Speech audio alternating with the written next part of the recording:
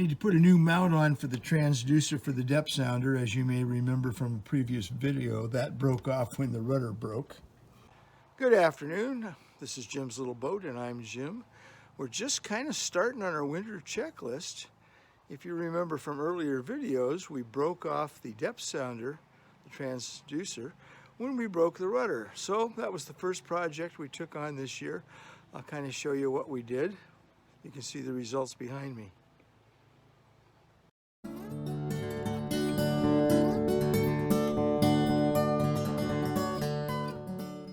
And I should say, I would rather not have the transducer hanging off the transom, but I tried 8 different places with 2 different brands of depth sounders, and I never could find a place that worked when I tried to go through hull. Most folks won't want to build one of these, but in case you do, I'll just kind of show you the components. I had intended to use a jib car track, but I ended up using a piece of aluminum T-track from Rockler, a woodworking supply house. It's anodized aluminum. I took a piece of starboard and just milled a little slot in it with the table saw. If you don't have a table saw, you could use a router. That rides over the track and kind of keeps everything centered. These 2 T-bolts ride down in that track, and right now, one's made of brass and one's made of steel, but I have 2 stainless steel bolts coming. And the truth is, these are just the bolts that hold your toilet to the floor. This little thumb screw is a part that you can get from Rockler also. It originally had a flip stop on it, but the most important thing is it holds the T-bolt and it holds the knob, and you can tighten it up in the track.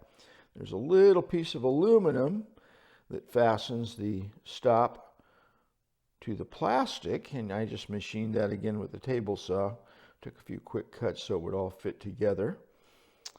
And then down here on the bottom, that's a spacer that lines up the transducer, and then I just added a little thickness so I'd have something to screw into to put the whole thing together.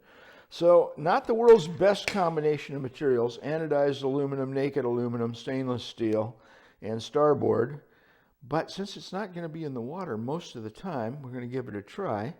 And if it works out, I'll go over and have some stainless steel stuff fabricated for me, and I will spend the money on a really expensive jib car track.